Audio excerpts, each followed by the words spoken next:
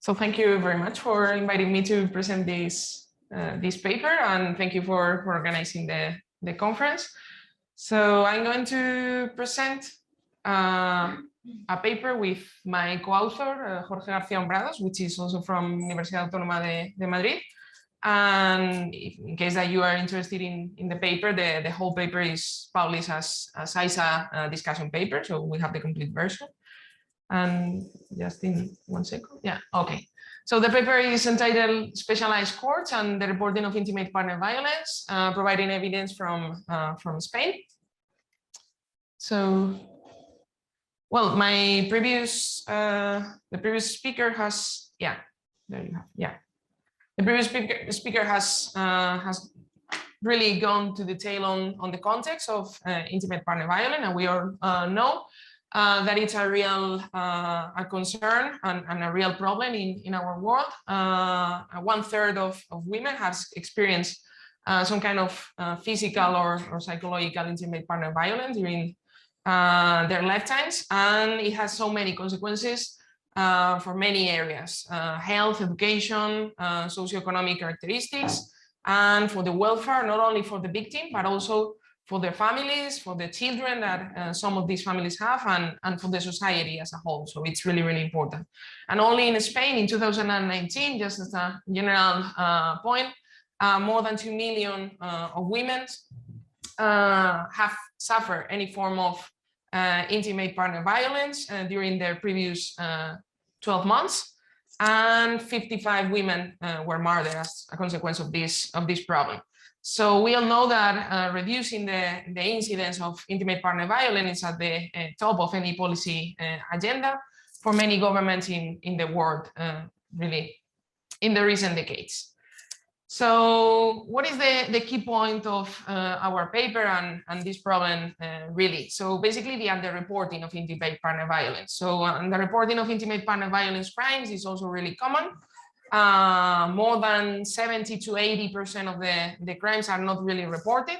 So with data from Spain, we know that only around 20 to 32% of the cases finally arrive to a court and have some light over the causes and the consequences of that.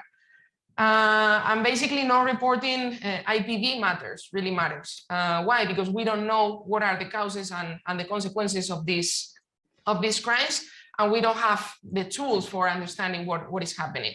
So it's one of the main problems also for the effectiveness of the public policies to fight intimate partner violence.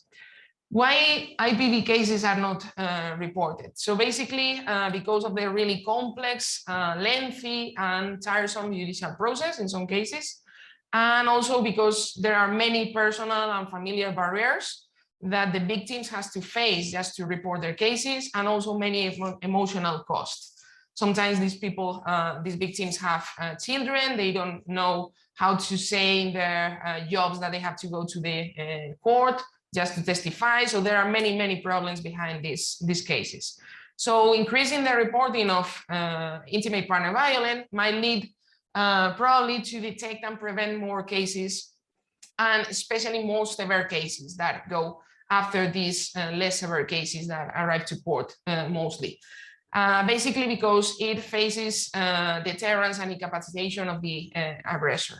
So public policies oriented to make it easier the judicial process and protect the victims and increase the celerity in which these victims have to go through whenever they are in the judicial process might also help to increase their reporting of the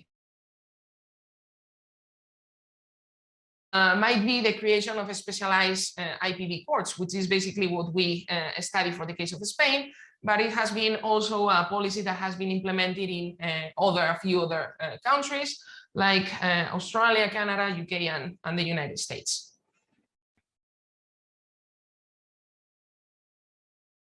Yeah, it doesn't go really, sorry. Yeah, goes with flow. Sorry. So basically, what we do in our paper is basically study what happened after 2004, the year in which a new law created for the first time specialized IPV courts in the whole country in Spain. and it was for the first time in some judicial districts. So we basically exploit the sequential rollout in the creation of these specialized courts in different years between 2006 to 2011 by showing a difference in difference model that we estimate. So as a general preview of our results, basically opening an IPV court increases the celerity in which these cases are resolved. It also increases the reporting of IPV cases for around 22%, depending on the specification. And we don't find a significant effect on most severe IPV cases, like homicides or cases that imply some kind of physical injury. But we also know that these cases, these most severe cases, are the cases in which there are a lower amount of misreporting. So first of all, I show you a few comments on the contribution on the literature. Then I'm going to explain a couple of things about the institutional framework, and then I go with the empirical strategy and the results. So basically, our paper relies on the literature about specialization on domestic violence courts, which has proved that in general, opening specialized courts increase the celerity of the processing. And also different collaborative efforts between different agents also increase victim participation in the judicial process. And it also helps to reduce the domestic violence recidivism. By the way, there are also another paper, interesting paper by Golestani, Owens, and Reishan in 2021 that proves that domestic violence judges also make different decisions. So they exploit a kind of quasi-random variation in judge allocation to show that domestic violence judges are less likely to convict, but if they find the aggressor guilty, it's more likely to be incarcerated and also more future court appearance. Also, on the other hand, basically it also relies on the literature about public policy and the reporting of IPV cases. Basically, there are a few papers related with this. One of these finds that opening all women police stations basically also helps to increase the reporting of these crimes against women by around 22%. So we basically contribute to this literature by providing for the first time evidence on what happened on the effect of the reporting of the creation of these specialized IPV courts on the reporting of IPV cases, and also on most severe cases that are also reported. Okay. So basically, a couple of comments about the institutional framework. So in 2004, the Spanish government passed into force a new law that provides and creates specialized IPV courts in the whole country. And they were sequentially created between 2005 to 2011. So all IPV cases, all intimate partner violence cases are basically absorbed by these specialized IPV courts in case that one IPV court was created in this judicial district. So basically, if there is not a new created specialized IPV court in the judicial district, all IPV cases goes to an ordinary court like previously to 2005. So what is the difference between specialized IPV courts and the previous ordinary courts, or the ordinary courts that continue to work in those districts in which there is not a new one? So basically, judge specialization.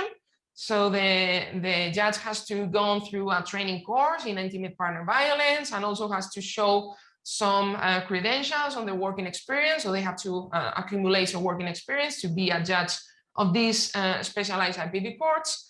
And they have other additional non-formal skills that have to be proved. They also have some kind of case specialization. So I mean, in case that you are a judge of a specialized IPV court, basically you only review IPV cases. In case you are a judge in an ordinary court, you can see in the same day cases related with IPV or auctions or other kind of types of cases. So there is a more wide variety of cases that you can review in the same day of work. And finally, there is an important availability of resources. So these new specialized IPV courts are brand new courts, and basically they have some kind of physical resources to be more victim oriented. For example, they have curtains for not watching the aggressor in the trial, and they also have double doors just to make it easy for the victim to come inside the court and not see the aggressor in the other door. So basically, we are interested in understanding if these differences in the resources and in the judge and case specialization make IPV courts more approachable, and it makes that the victim is more willing to report their own cases. So basically, this availability of resources also potentially can increase reporting, and this is important because it might allow to anticipate and to detect and prevent more severe cases of IPV. So this is basically the map of Spain with the judicial districts, and in those districts in color, basically an specialized IPV court was open in any of the years that we have here. So basically in the most important big cities, they were open in 2005 in the first year of the law. But basically we work only with those judicial districts between 2006 to 2011 to enter parallel trends, as I'm going to explain in a couple of minutes. So we work with the data from General Council of the Judiciary, which is judicial data that has all IPV individual cases that arrive to a court. We have yearly information between 2005 to 2018. And basically, there are 76 judicial districts currently in which there is a new specialized IPV court that was opened during this period, over the 431 judicial districts in total. We know that the average length of a case in a specialized IPV court is around 50 days, but whereas in an ordinary court is basically around 100 and more than 100 days. And we basically estimate the effects of opening an IPV court in exploring a sequential rollout between 2006 to 2011. In only 60 of these 431 judicial districts. The most important challenge that we have to address is basically that those judicial districts in which a specialized IPV court was open are very different from those judicial districts in which there are no new specialized IPV courts. So we basically combine matching with difference in difference techniques just to have more similar judicial districts and compare what is the effect of the law. So firstly, we try to identify a relevant control group in those districts in which there is not a specialized IPV court. And we do this based on the outcome variable that we use in the estimation, and also on other characteristics before the IPV court was open. So we do this completely separately for each court of districts open between 2006 to 2011, following the paper of Matching and Sandy. And within each court of treated districts, basically we identify the nearest a more similar neighbor in other controlled judicial districts without an IPV court based on pre-treatment values of the outcome variable on the population and also on the unemployment. So basically for those judicial districts open in 2006, we use information of 2005 on these three characteristics, on the outcome, on the population, and on the unemployment to find these more similar controlled judicial districts. We don't use districts in which an IPV court was open in 2005 just because we don't have information previously to 2005 and because they were pretty much focused on really big cities like Madrid or Barcelona. We can see that there is a similar treatment and control districts in terms of the variable of interest. In the figure 3, I cannot go to the figure 3, but probably after we can. No, that's okay. I can show the figure. We try to estimate the following difference in difference model over the match sample of judicial districts and control and treated districts. So basically we are interested in understanding the beta, which is basically shows the effect of the creation of the IPV court in the judicial district in the outcome of interest, which is a set of different variables that I'm going to show you in a couple of minutes. We control for year fixed effects, also for the judicial district, and also for other court vector of dummy variables that control for different kind of things like treatment control court. And also we include some general robustness checks to check for different hypotheses. So basically, we assume that in the absence of an opening an IPv court in the judicial district, the evolution of the outcome variable will have been the same in both districts. And we also test the existence of parallel trends by a leads and lags regression that I can even show you in the presentation. What are the results? So basically, we find a substantial increase in the celerity in those judicial districts in which has a new specialized IPv court. And basically, the number of days to resolve an IPv cases in those judicial districts with a specialized IPv court is basically reduced around 61%. And also we find a reduction in the percentage of total IPv cases in the court that are resolved within 1 year. Secondly, we also find that the opening of an specialized IPv court also helped to increase the reporting of IPv cases by around 16 to 22%, depending on the specification. And we can interpret this as an increase in the willingness of the victims to report their own cases, as the share of convicted individuals has not changed finally. And we also find an increase in the number of individuals convicted, but as I already mentioned, we cannot find an increase in the share of individuals convicted. These are the results. So basically, we can find an increase in the time to disposition, in the celerity, sorry, a reduction in the celerity by around 61%, an increase in the reporting, in this case between 16 to 20%, and we cannot find significant effects on the share of dismissal cases. Secondly, we also estimate what type of IPv offenses are basically reported or have increased the reporting after the creation of these specialized courts. So what we have found is basically that this increase in the reporting is mainly driven by an increase in IPv offenses that do not imply physical injuries or that require follow-up medical attention. So basically, less severe cases of IPv. However, it seems that also the creation of these specialized courts do not help to avoid most severe cases or do not help to reduce homicides or feminicides and the breach of judicial orders. But it's true that the misreporting of severe IPv cases is also arguably small compared to these less severe cases. And we also do not see that the creation of IPv courts increases the number of protection orders, which is also consistent with the increase in IPv cases after the opening of these specialized courts, and judges do not perceive that they require to increase the protection order. So basically, these are the results: a significant effect on the reporting of less severe cases by around 35%, and a not significant effect on the creation of these specialized courts in the aggravated IPv offenses and also on homicides and on protection orders. So finally, this is the estimation of leads and lags with the most important outcome variables. And we also have implemented several robustness checks in our estimation. So we have used a stepwise procedure just to show data-driven selection of matching covariates. We also have include cases as a share of the population of the judicial district.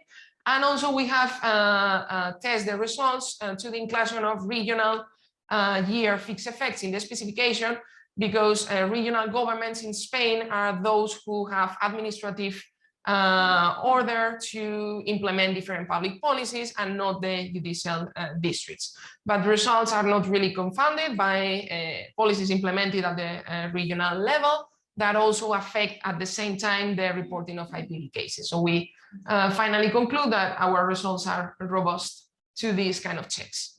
So finally, as a conclusion, IPv has really negative consequences for both the victims, their families, and the society, as we all know. And despite it's important in the government's agenda, many IPv cases are still underreported. So we basically exploit the staggered rollout of IPv courts in Spain as an ideal scenario to check what happened with the creation of specialized IPv courts. So we proved that the celerity in which these cases are resolved is increased, and also it also helps to increase opening a specialized court, increase the reporting of IPv cases by around 16 to 22%. And the increase in these IPv cases is mainly driven by less severe cases, less severe IPv offenses that do not involve physical injury or medical attention. And unfortunately, it does not lead to a reduction of most severe forms of IPv or homicides, but we think that also this is pretty different from what happened with less severe cases, and aggressors are pretty much different. So it doesn't mean that victims do not have to report their cases. So maybe our results might help to understand how IPv courts work, and also help in shaping the reporting of IPv offenses, which also finally will contribute to design better and more efficient public policies to face IPv. So thank you very much. And if you have any comments, please let me know.